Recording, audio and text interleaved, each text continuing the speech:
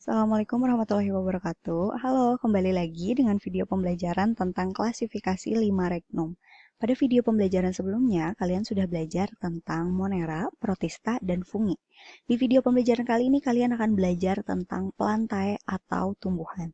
Nah, mari kita pelajari ada apa aja tumbuhan itu.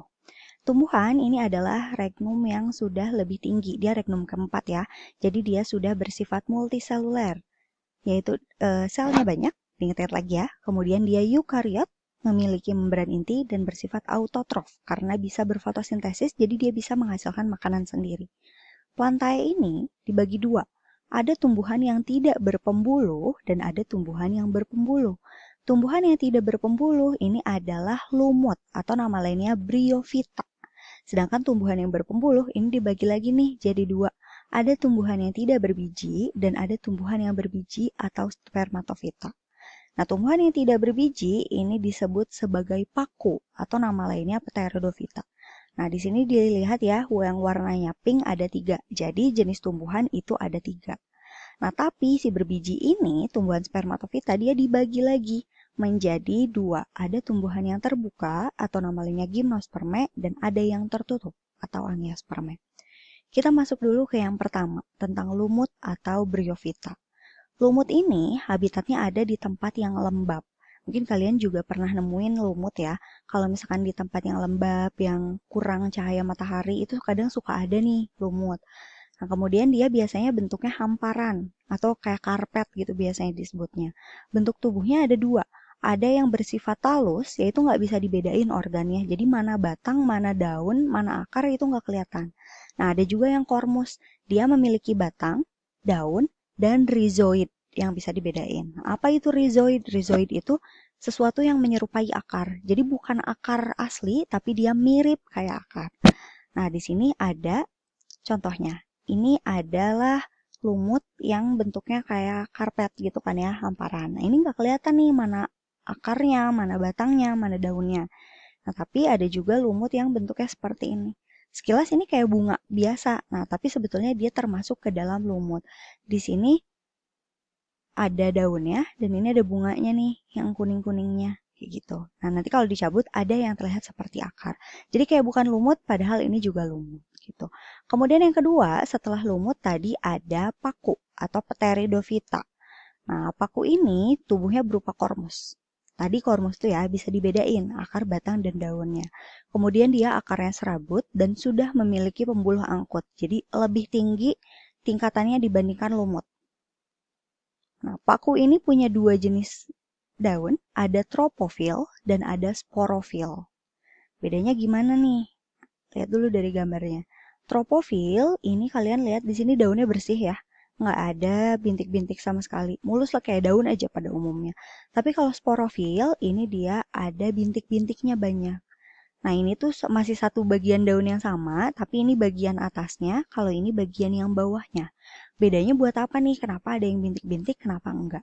Nah, kalau tropofil di sini yang enggak ada bintik-bintiknya dan ada di atas, dia terkena cahaya matahari secara langsung, ada di atas. Jadi dia disebut sebagai daun steril, fungsinya untuk fotosintesis. Nah, kalau yang sebelah sini daunnya dia ada di bawahnya. Namanya sporofil, berarti dia punya spora. Fungsinya untuk alat reproduksi. Nah, bukan berarti dia nggak bisa fotosintesis. Dia tetap bisa fotosintesis, tapi fotosintesis umumnya banyaknya di sini, di yang steril. Kalau ini lebih ke perkembangbiakannya nanti. Kayak gitu. Semoga dipahami ya. Kemudian lanjut nih, yang terakhir, ada tumbuhan berbiji.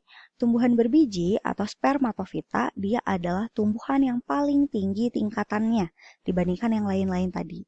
Dan dia yang bersifat dominan. Jadi pada umumnya yang kita lihat itu masuknya ke dalam tumbuhan berbiji. Jadi spesiesnya paling banyak.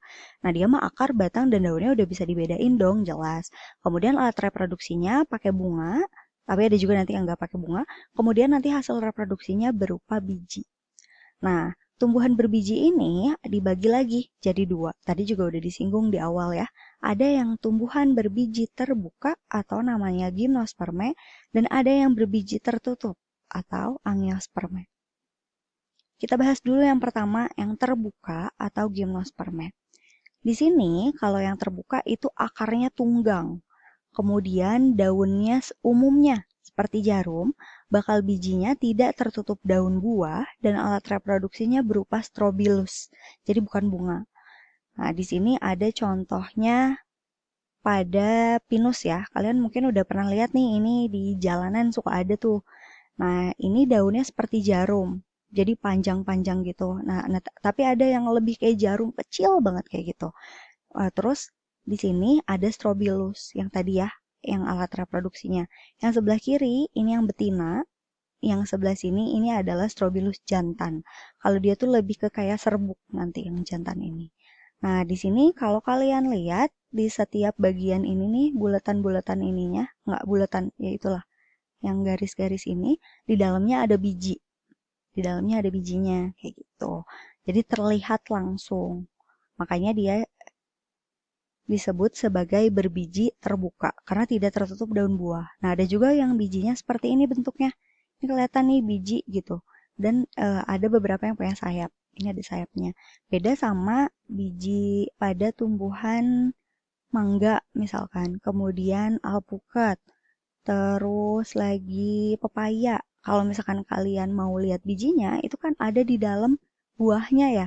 Nggak ada di luar. Jadi kita harus buka dulu. Nah, kalau ini mah ada dilihat langsung gitu. Nah, terus tentang daunnya, tadi kan dibilang umumnya seperti jarum, tapi ada beberapa yang tidak seperti jarum.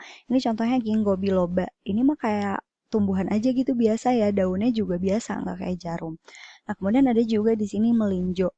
Ini pasti kalian udah tahu nih melinjo. Melinjo ini biasa diolah bisa jadi emping atau kalau yang suka makan sayur lodeh ini suka ada juga di sayur lodeh. Ini daunnya biasa banget kan ya, enggak bentuk kayak jarum. Gitu. Ini tentang gimnos. Yang terakhir, di sini ada tumbuhan tertutup atau angiospermae. Nah, dia bakal bijinya sudah dilindungi oleh daun buah, makanya namanya tertutup. Dan dia punya bunga. Angiospermae ini tapi dibagi lagi nih jadi dua. Nah, dan Ibu yakin kalian sebetulnya udah tahu ya. Di sini dibagi ada monokotil dan ada dikotil. Nah, kita lihat perbedaannya mulai dari biji sampai bunganya. Yang pertama bijinya dulu. Judulnya aja mono. Mono itu artinya satu. Berarti bijinya berkeping satu. Kalau dikotil, di itu artinya dua. Berarti bijinya nanti akan berkeping dua. Itu kayak bisa dibuka gitu. Nah, kemudian akarnya. Akarnya ini serabut kalau monokotil. Di sini serabut tuh cabangnya banyak banget. Nggak jelas, kita nggak bisa lihat mana akar utamanya. Tapi kalau tunggang, di sini dia tetap punya cabang, tapi jelas kelihatan nih utamanya yang tengah. Jadi itu yang ngebedain serabut dan tunggang. Nah, yang kedua, yang ketiga, di sini ada batang. Batang ini bisa dilihat dari berkas pembuluhnya, karena dia udah paling tinggi, dia udah punya berkas pembuluh angkut. Kalau misalkan di monokotil ini tersebar, berantakan nih dia di mana aja. Tapi kalau misalkan di dikotil dia melingkar, rapi, terus nanti di tengahnya biasanya ada bulatan. Nah, dia tersusun melingkar dan yang bulatannya itu adalah kambium yang bikin dikotil ini jadi berkayu. Jadi kalau kalian menemukan tumbuhan yang berkayu, itu masuk ke dalam dikotil.